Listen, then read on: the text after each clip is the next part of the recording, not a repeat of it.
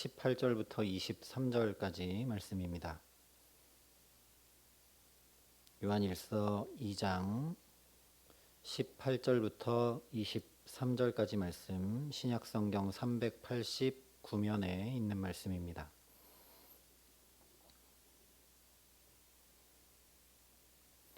요한일서 2장 18절부터 23절까지 말씀을 제가 봉독해 드리겠습니다. 하나님의 말씀입니다.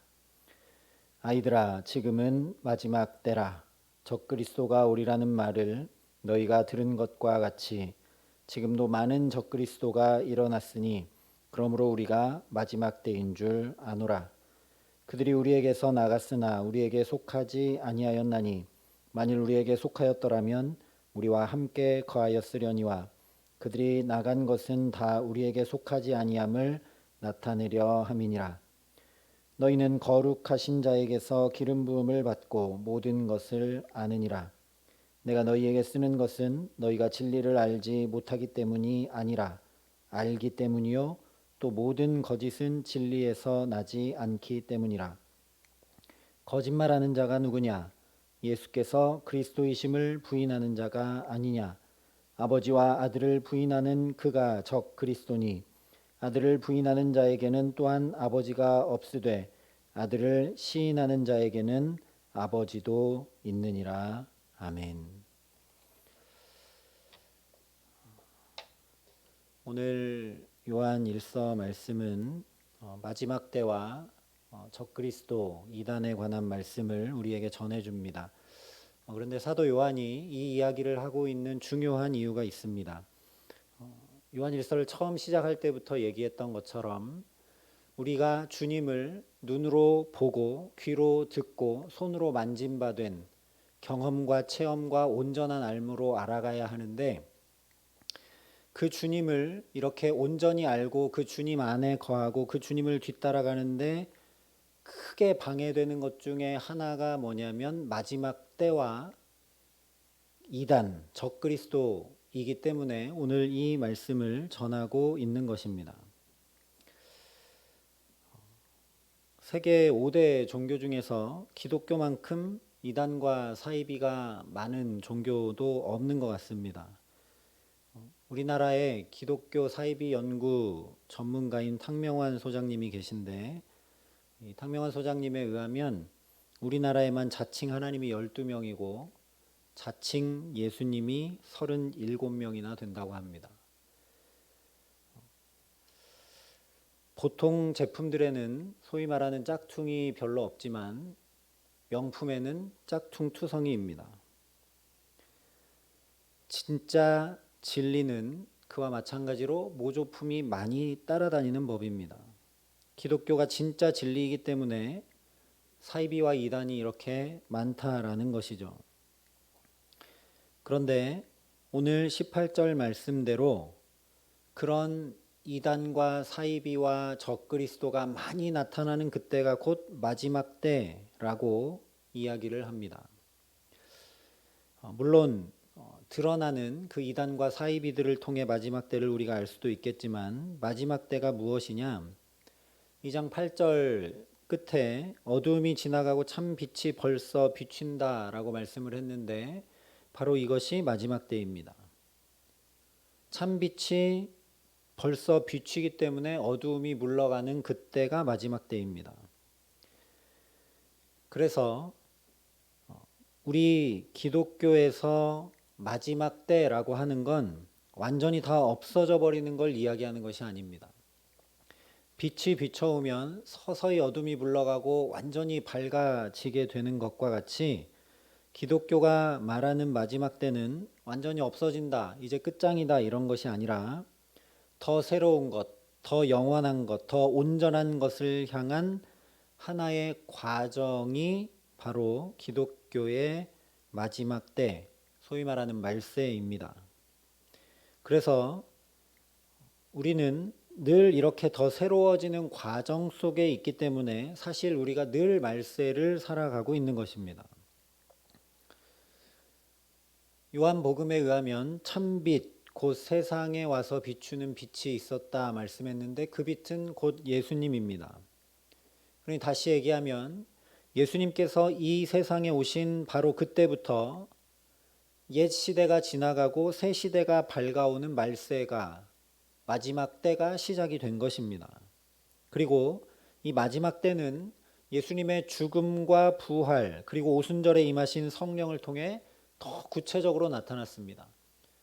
이렇게 점점 더 새롭고 점점 더 영원하고 점점 더 온전한 자리로 가면 이 놀라운 부활과 성령의 임함으로 놀라운 변화가 이렇게 나타난다는 것이 보여졌습니다.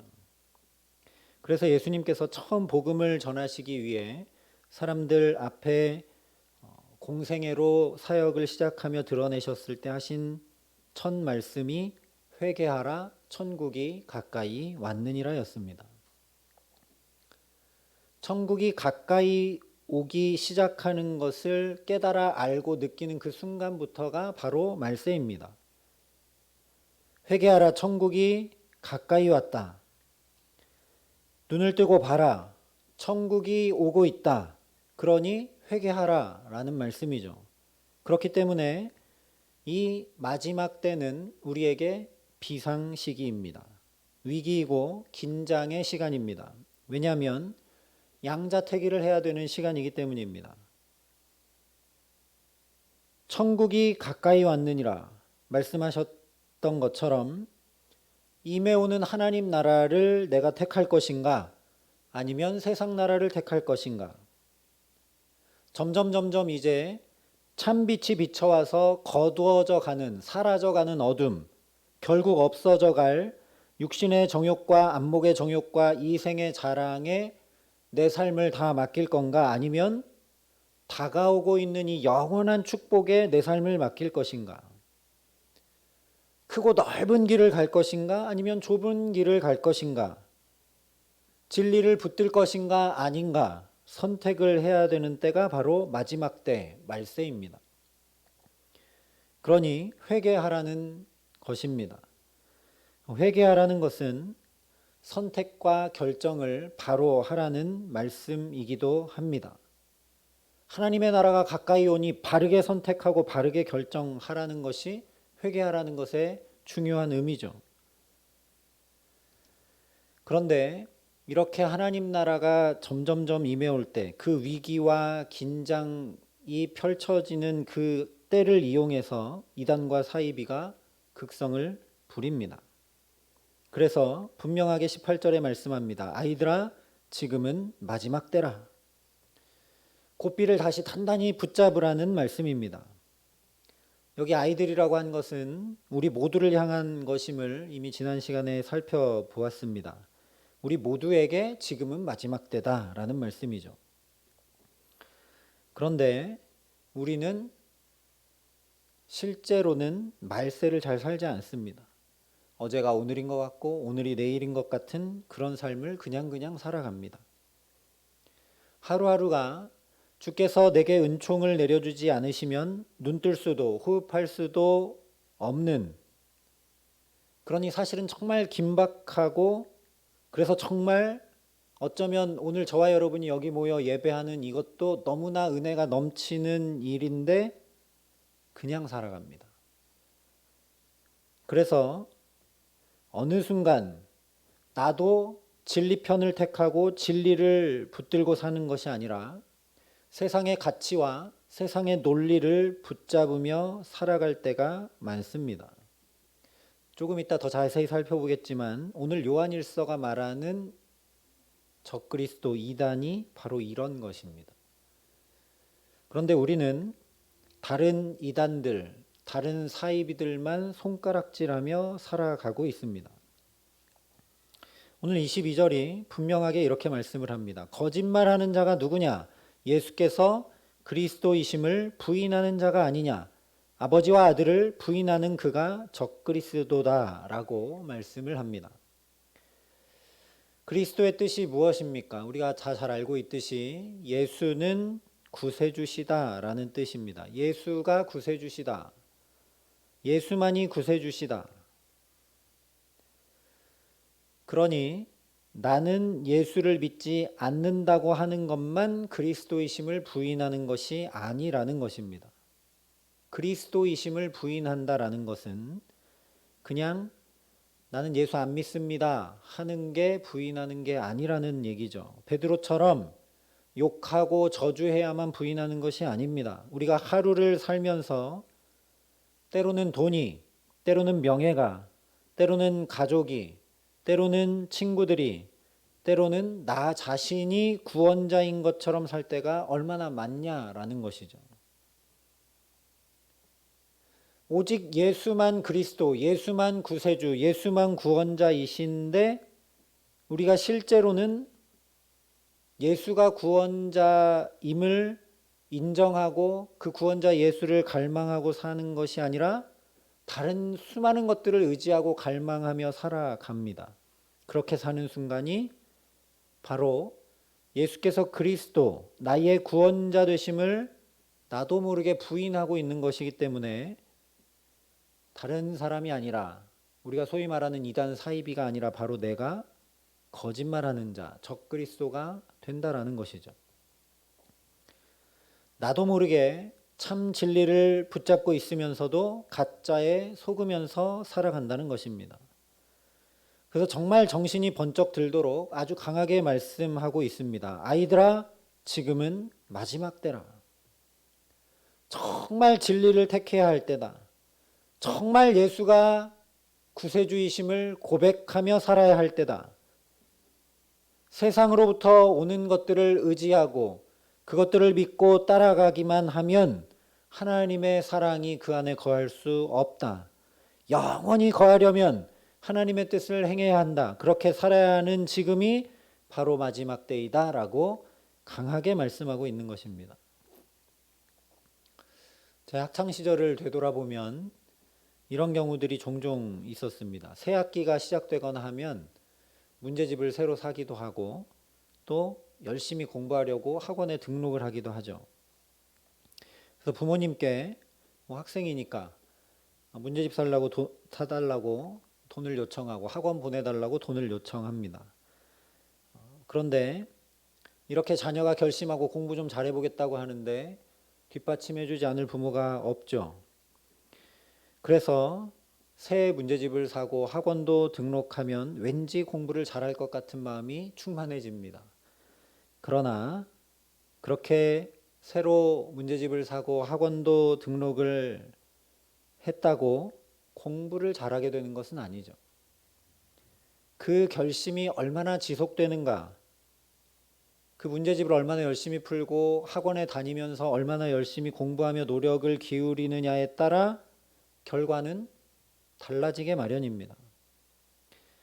근데 여기서 중요한 것은 사실 성적이 이렇게 올라가느냐, 공부를 더 잘하게 되느냐가 아닙니다. 정말 중요한 것은 이 학생이 도움을 요청한 부모님과의 관계에 있습니다. 이것이 가장 중요합니다. 이 학생이 부모님이 정말 세상에서 나만을 위해 물심양면으로 최선을 다하고 언제든지 도우시는 내 부모님인 걸 정말 안다면 문제집을 최선을 다해 풀 것이고 학원을 열심히 다닐 것입니다. 그런데 만약 그렇지 않다면 자기가 스스로 도움을 요청했던 부모님을 부인하는 것이 되고 말게 됩니다. 정말 중요한 것은 성적이 올랐느냐가 아니라 부모님과의 관계죠. 말은 내가 부모님이라고 하고 그래서 부모님께 요청도 하고 그 부모님이 내게 문제집도 사주셨고 학원도 보내주셨다고 하지만 내가 그 문제집을 뒤로 내팽개치는 순간, 학원도 제대로 다니지 않는 순간 부모님의 사랑이나 부모님의 존재 자체를 나의 행동으로 부인해 버리고 마는 것이기 때문입니다. 오늘 사도 요한이 전하고 있는 마지막 때의 적그리스도는 바로 이런 개념입니다. 19절에 이렇게 말씀을 합니다. 그들이 우리에게서 나갔으나 우리에게 속하지 아니하였나니 만일 우리에게 속하였더라면 우리와 함께 거하였으려니와 그들이 나간 것은 다 우리에게 속하지 아니함을 나타내려 함이니라. 그들은 우리에게서 나갔으나 우리에게 속하지 않았다라고 말씀을 합니다. 다시 말하면 원래 그들은 교회 안에 있었던 이들이고 우리와 함께 거하던 자들이라는 것입니다.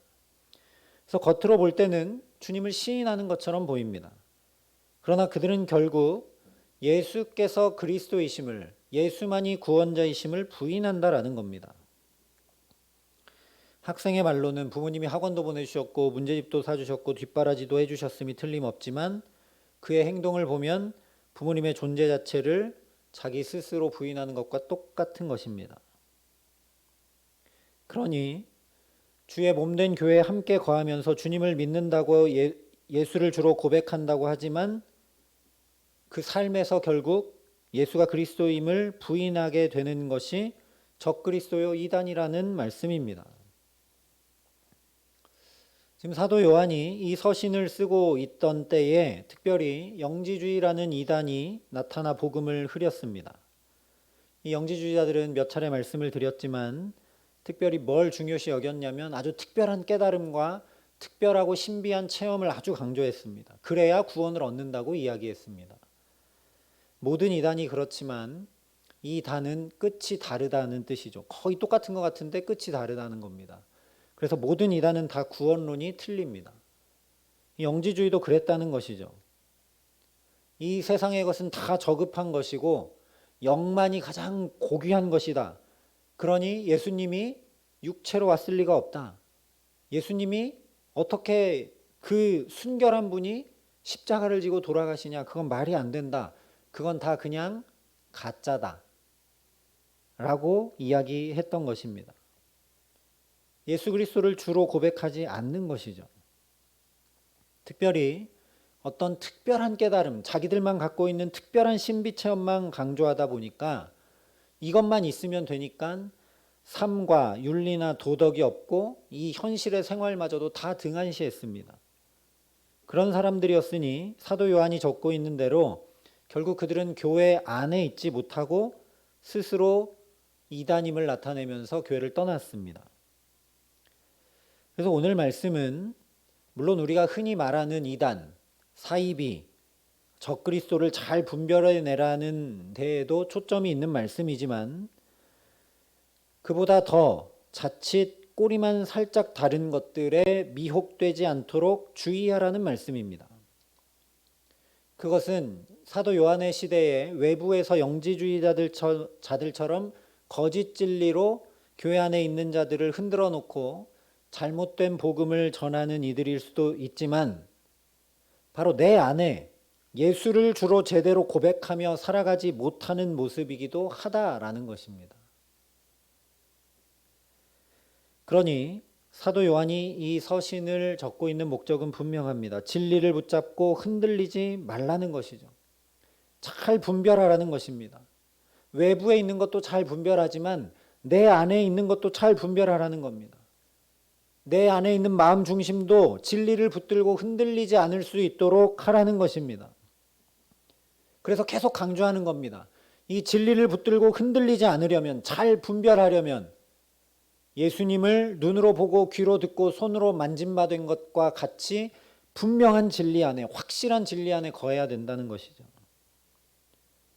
그래서 계속 강조하고 있는 대로 어떤 논리나 어떤 특별한 깨달음이나 어떤 지금까지 경험하지 못했던 신비한 체험 이런 것이 아니라 이미 알고 있는 말씀 가운데 그리고 이미 주님께서 묶어주신 주의 몸된 교회 안에서 주님을 보고 듣고 경험하라는 것입니다.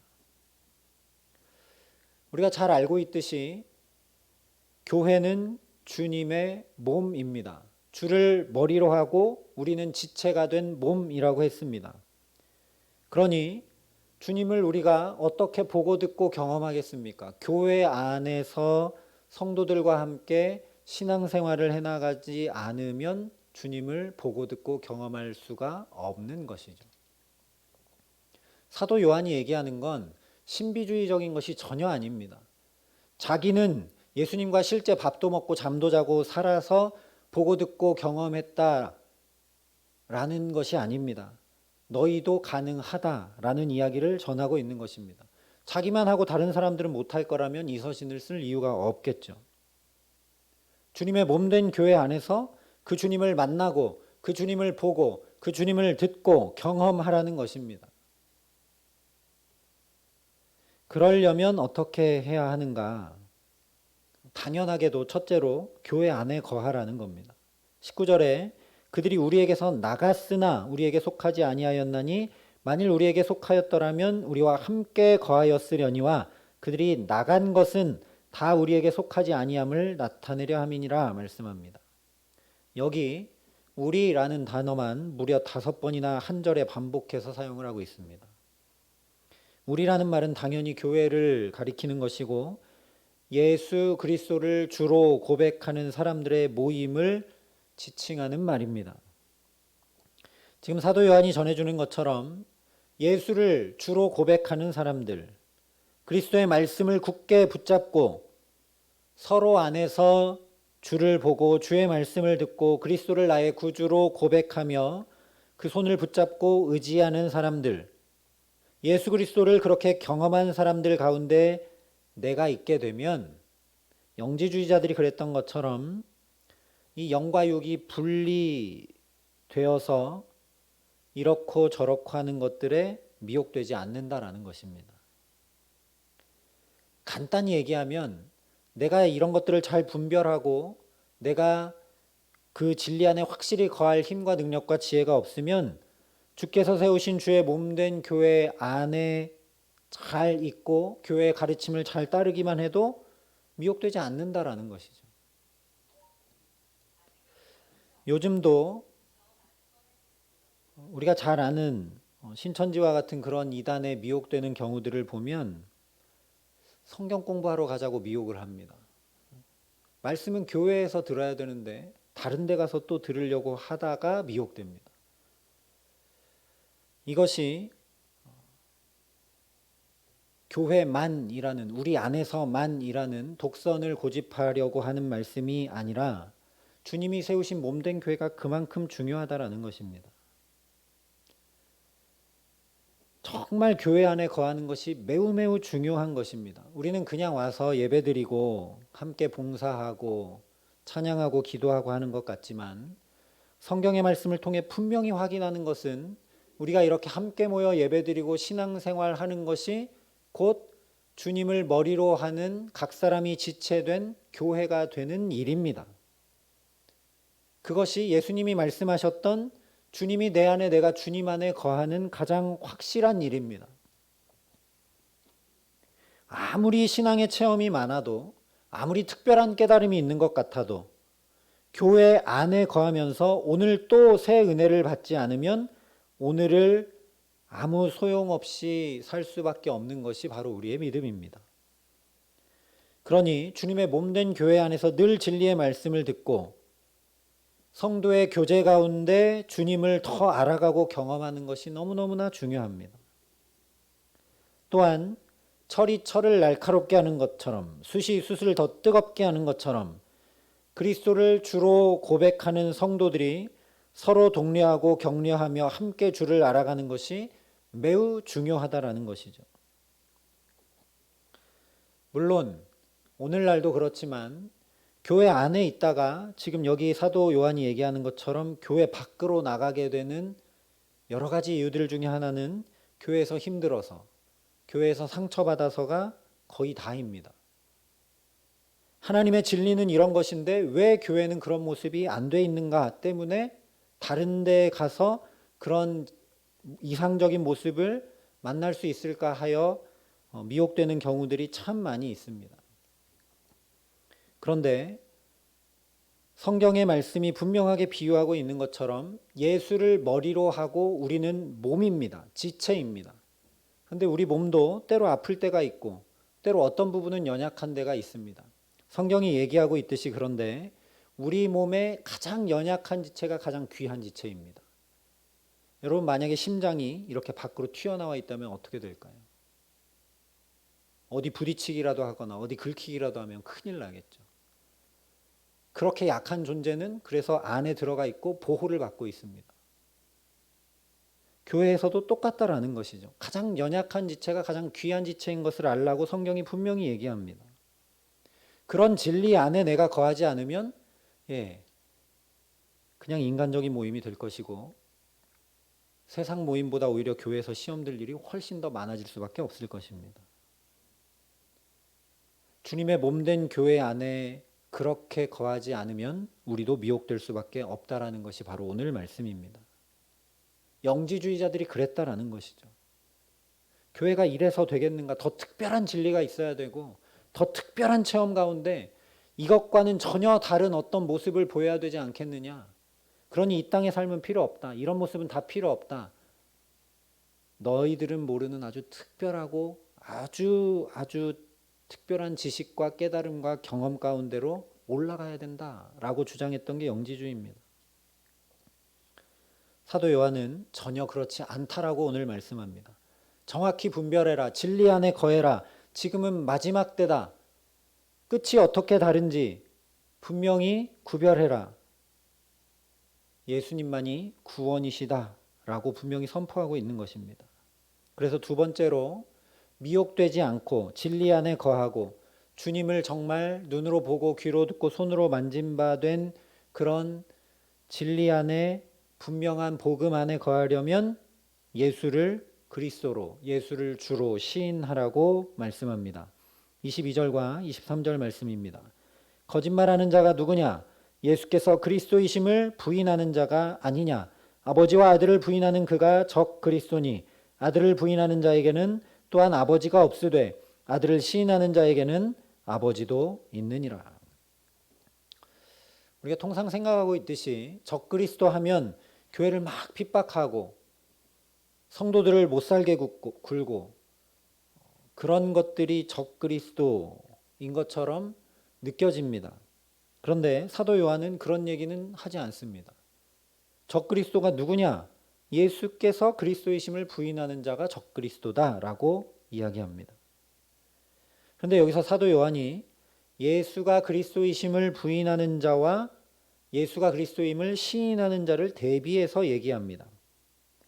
만약에 적 그리스도가 어떤 것인지 구분해내는 방법만 명확히 알려주고 그래서 그런 것들을 잘 분별해서 미혹에 빠지지 않기 위해서만 이 서신을 적었다면 예수가 그리스도이심을 부인하는 자에 대해서만 이야기했을 겁니다.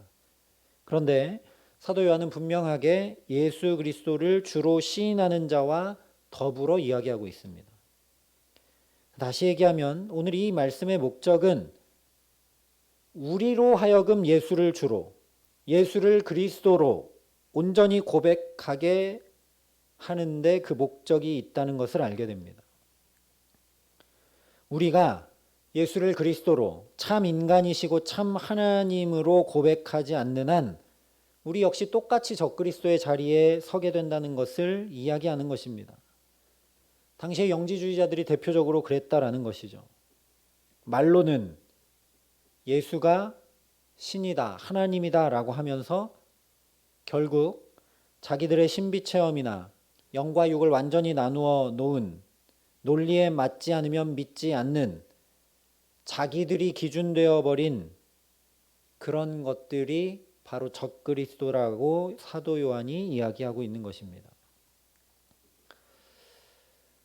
내가 할 수 있다고 하는 사람과 마찬가지로 내가 다 할 수 있는 것처럼 우리 가족도 우리 자녀들도 우리의 일터도 여러 가지 문제들도 내가 붙잡고 내 방식대로 내 논리대로 내 경험대로 살아갈 때 우리는 냉철하게 보면 내가 예수가 구세주이시고 그리스도이심을 부인하는 자가 되고 마는 것입니다. 정반대로 하나님 우리 가정의 주인이 바로 주님이십니다. 내가 낳고 기른 자녀이지만 이 아들, 딸은 주님의 자녀입니다. 내가 일하고 있는 이 일터도 주님이 내게 주신 일터입니다. 지금 내 앞에 펼쳐진 상황과 환경도 주께서 나를 가장 잘 아시기에 나를 가장 정확한 길로 인도하고 계시는 것인 줄 믿습니다 하는 것이 예수가 그리스도, 예수가 구원자이심을 고백하는 믿음 아니겠습니까? 그런데 우리가 연약하여 정반대로 할 때가 훨씬 많다는 것이죠. 자녀도 내가 원하는 대로 가르치고 지도하고 인도하려고 할 때가 많고 일터에서도 내가 원하고 바라는 대로 가정에서도 내가 원하는 거 바라는 대로, 또 내 삶에 펼쳐진 환경과 여러 가지 일들 가운데서도 내가 주인이 되어서 할 때가 훨씬 더 많다라는 것이죠. 사도 요한이 오늘 그것을 면밀히 살피라고 이야기하고 있는 것입니다. 그것 때문에 우리의 눈이 가려지고, 그것 때문에 우리의 영혼이 혼탁해져서, 그것 때문에 미혹에 빠지고, 그것 때문에 말세를 제대로 살아가지 못하고, 그것 때문에 예수님을 눈으로 보고 귀로 듣고 손으로 만짐받은 것처럼 명확하고 분명하고 선명하게 신앙생활을 잘 못해 나간다라는 겁니다. 그러니 지금 저와 여러분이 이 자리에서 이렇게 함께 예배 드림이 얼마나 큰 은혜인지 모릅니다. 이 진리의 말씀 앞에 함께 있는 것 자체만으로도, 이렇게 예수를 주로 고백하는 사람들의 공동체 안에 내가 함께 있는 것 자체만으로도 얼마나 큰 은혜인지 모릅니다. 우리가 이 교회 공동체, 예배 공동체를 떠나지 않고 있는 것 자체만으로도 새 은혜를 받아서 주님 안에 거함으로 성도의 삶을 살아갈 수 있는 충분한 조건이 되기 때문입니다. 왜냐하면 연약해도 부족해도 주님을 머리로 하는 지체가 되었기 때문입니다. 그렇게 내가 주님 안에, 주님이 내 안에 거하는 자체만으로 예수님께서 열매를 많이 맺게 하신다고 약속하셨기 때문입니다. 나는 연약하지만 머리 되신 주님께서 나의 모든 것을 통제하고 다스리셔서 움직여 가시고, 그래서 그 진리 안에 내가 자연히 날마다 거해서 함께 주님의 뜻 가운데 행하고 주님을 향해 나갈 수 있게 되기 때문입니다.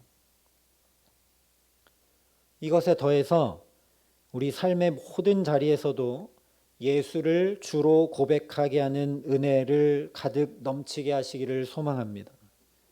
오늘 아들을 시인하는 자에게 아버지도 있다 말씀하십니다. 이렇게 성도가 함께 말씀과 진리로 교제하는 이 자리뿐 아니라 우리 모든 삶에서 예수를 주로 고백할 때 거기 아버지도 계신다라는 겁니다.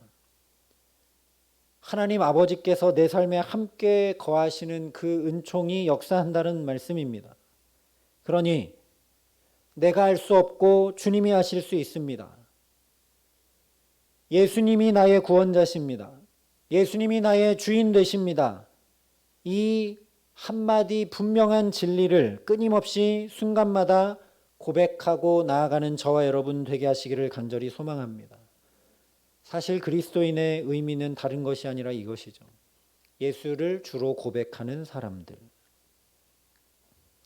그러니 저와 여러분의 수많은 만남 속에, 또 수많은 사건과 상황과 환경 속에 내 논리와 내 경험과 내 감정과 내 생각이 앞서지 말게 하시고, 오직 말씀과 진리 안에 예수 그리스도만 나의 주님으로 고백하여 주께서 나의 소소한 삶까지, 심지어 나의 입술의 말과 나의 표정까지도 주님이 주관해 주시기를 진정 간구하기를 소망합니다. 그럴 때 우리가 서로 안에서 예수님의 모습을 보게 됩니다. 서로 안에서 주님의 말씀을 듣게 됩니다. 서로 친교하고 교제하는 가운데 주님을 만진 바 되는 것입니다. 사도 요한이 계속 전하고 있는 복음 그대로 우리 모든 삶의 순간순간마다 이 신앙 공동체 안에서 받은 은혜 그대로 나의 주 예수를 보고 듣고 만지고 경험하는, 내가 그래서 요한이 이야기한 대로 내가 분명히 만져봤기 때문에, 내가 분명히 들었기 때문에, 내 두 눈으로 똑똑히 보았기 때문에 다른 거짓된 진리나 또 적그리스도나 또 이단이나 사이비에 미혹되지 않고, 또한 나의 삶도 분명히 내가 보았고 분명히 내가 들었고 내가 분명히 손에 만져봤기 때문에 다른 길로 가지 않고 진리 안에 담대히 서서 믿음의 걸음을 힘차게 걷는 복된 삶, 정말 이 마지막 때를 하나님 앞에 거룩하고 구별되게 아름답게 살아가게 하시는 귀한 은총이 저와 여러분 사이에 함께 하시기를 우리 구주 예수 그리스도의 이름으로 간절히 축원합니다. 함께 기도하시겠습니다. 우리 시간 먼저 기도할 때 함께 회개하며 기도하겠습니다. 하나님, 예수가 구원자이심을, 예수가 그리스도이심을 부인하는 자가 적그리스도라 말씀하셨는데, 하나님, 우리는 내 안에 그런 모습이 있는 것은 별로 생각하지 않고 밖을 향해서만 저것이 이단이고 저것이 잘못되었고 저것이 틀렸다라고 손가락질하고 비난하고 외쳤던 것을 긍휼히 여겨 주시옵소서. 아버지 하나님, 우리 삶에 얼마나 주님을 주님으로 고백하지 못하고 인정하지 못하고 내 뜻대로 내 계획대로 내 마음대로 생활하며 살아가고 있는 것들이 많은지 주님, 우리를 긍휼히 여겨 주시옵소서. 회개하라, 천국이 가까이 왔느니라 말씀하신 대로 이 시간 회개하며 엎드리오니 하나님, 우리 가정의 주인이 주님 되어 주시옵소서. 우리 자녀들의 주인이 주님 되어 주시옵소서. 우리 일터의 주인이 주님 되어 주시옵소서. 이 몸된 교회의 주인이 오직 주님 되어 주시옵소서. 이 시간 우리 함께 간절한 마음으로 주님 앞에 기도하겠습니다. 사랑과 은혜가 풍성하신 아버지 하나님, 우리를 긍휼히 여겨 주시옵소서. 우리의 연약함을 주님 친히 굽어 살피시고 돌보아 주시옵소서. 하나님, 예수가 그리스도이심을 부인하는 자가 적그리스도라 말씀하셨는지, 하나님, 우리의 삶 속에, 우리의 생활 속에 우리가 얼마나 내가 주인 되어 살아갈 때가 많은지요. 내 경험대로, 내 생각대로, 내 판단대로, 하나님, 내 주장대로, 내 원함과 바램대로 살아갈 때가 너무나도 많은 우리를 긍휼히 여겨 주시옵소서. 회개하라, 천국이 가까이 왔느니라 말씀하신 대로 이 시간 그래서 우리가 회개하며 주 앞에 엎드립니다. 아버지 하나님, 우리를 긍휼히 여겨 주시고 우리의 죄를 사하여 주시고 우리 마음과 영혼 깊은 곳에서 또한 우리의 입술로도 오직 예수가 주님이심을 온전히 고백하며 살아갈 수 있도록 우리에게 역사하여 주시옵소서. 하나님, 우리 가정의 주인이 주님이심을 고백합니다. 우리의 자녀들이 내 자녀가 아니라 주님의 거룩하고 아름답고 복된 자녀임을 이 시간 고백합니다. 하나님, 우리의 일터가 주님께서 마련해 주신 주님이 주인 되시는 일터임을 고백합니다. 아버지 하나님, 우리의 모든 삶의 걸음걸음을 인도하시고 주관하시고 역사하시는 분이 주님 한 분뿐임을 다시 한번 믿음으로 고백하며 주 앞에 섭니다. 아버지 하나님, 우리에게 함께하여 주셔서 우리의 모든 삶이 정말 주님이 주되심을 드러내고 나타내고 경험할 수 있도록 역사하여 주시옵소서. 하나님, 우리가 또한 이렇게 주의 몸된 교회 안에 속하여 함께 예배하고 함께 찬양하고 함께 기도하고 함께 진리의 말씀을 들으며 함께 서로 사랑을 나누고 봉사하는 기쁨을 누리게 하셨는데, 하나님, 우리가 교회 안에서도 하나님 내 주장을 펼 때가 많고 내 뜻을 관철할 때가 너무 많음을 긍휼히 여겨 주시옵소서. 아버지 하나님, 우리가 특별히 주의 몸된 교회 가운데 연약한 지체들을 더 귀히 여길 줄 알게 하여 주시옵시고, 하나님, 오직 교회 안에 주님만 머리 되신 주인이심을 함께 고백하는 참 진리 안에 서가는 아름다운 교회를 세워갈 수 있도록 우리 각 사람 가운데 한 성령으로 역사하여 주시옵소서. 아버지 하나님, 그래서 주의 몸된 교회가 정말 주님이 다스리시고 주님이 주관하시고 주님이 인도하시는 아름다운 진리 가운데 든든히 서가는 교회가 되게 하여 주셔서, 하나님, 우리가 여기 모일 적마다 서로 안에서 주님을 정말 보고 주님을 정말 듣고 주님을 서로 만지며 확실하게 경험하고 알 수 있도록 하나님, 주의 아름다운 교회로 서로 세워가고 서로 만들어가고 서로 은혜를 구하며 나아갈 수 있도록 하나님 역사하시고 함께하여 주시옵소서. 사랑과 은혜가 풍성하신 아버지 하나님, 감사합니다.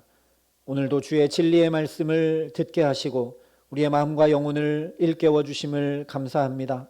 아버지 하나님, 특별히 코로나 시대를 살아가며 힘들고 어렵고 어찌할 바를 모르는 상황 가운데에 주님을 올곧게 바라보지 못하고 있는 우리들의 모습을 긍휼히 여겨주시기를 간절히 소원합니다. 아버지 하나님, 이 코로나 시대 가운데 다른 이단들을 향해 손가락질 하기는 바빴는지 몰라도 내 안에 있는 모습들은 제대로 진리 안에 밝히지 못했던 것을 긍휼히 여겨 주시옵소서. 우리의 삶의 자리자리들에서 예수가 주되심을 고백하지 못하고 이 어려움도 내가 어떻게든 내 힘으로 감당하려 해보고 내 지혜로 해결하려 하고 사람들의 힘에 도움을 구하려 했던 것을 긍휼히 여겨 주시옵소서. 하나님, 그래서 이 시간 다시 한번 고백하며 주 앞에 엎드립니다. 회개함으로 주 앞에 엎드립니다. 우리 가정의 주인이 오직 예수 그리스도이심을 고백합니다. 우리 자녀들의 인도자 되시고 선한 목자 되시는 분이 오직 예수 그리스도 한 분이심을 고백합니다. 하나님, 우리 일터의 주인 되신 분이 오직 하나님 한 분이심을 고백합니다. 우리 삶의 모든 걸음을 주관하시고 인도하시고 가장 정확히 알고 함께 하시는 분이 나의 주 나의 아버지 하나님이심을 이 시간 고백합니다.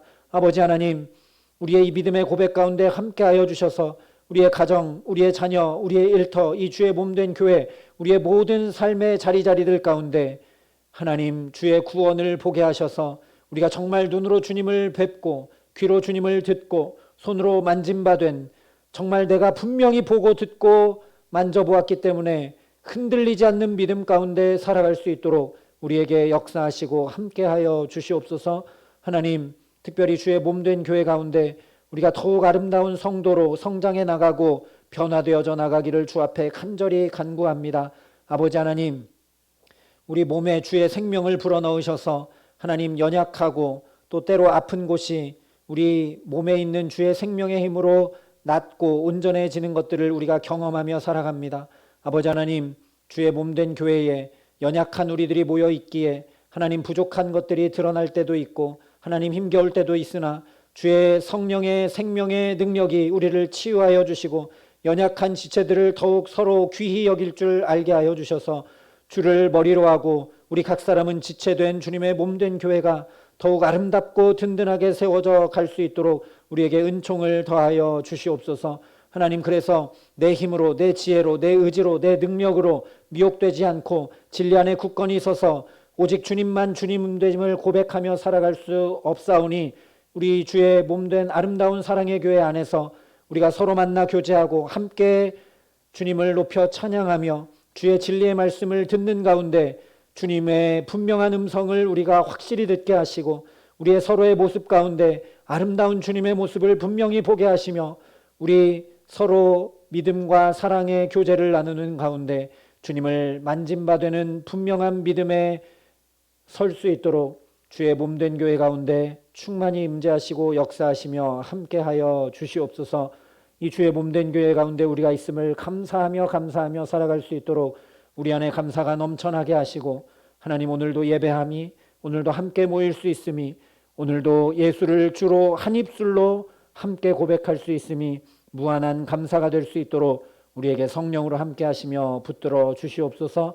하나님, 그래서 예수를 주로 고백하는 모든 자리마다 주의 구원이, 주의 함께 하심이, 주의 붙드심이 오늘 말씀하신 그대로 예수를 주로 고백하는 그 자리에 아버지 하나님이 함께 하시는 임마누엘의 역사가 우리 가정과 자녀들과 일터와 주의 몸된 교회 가운데 충만할 수 있도록 우리 가운데 은혜 더하여 주시옵소서. 감사를 드리며 우리 구주 예수 그리스도의 이름으로 기도합니다. 아멘. 우리 말씀을 기억하면서 찬송 357장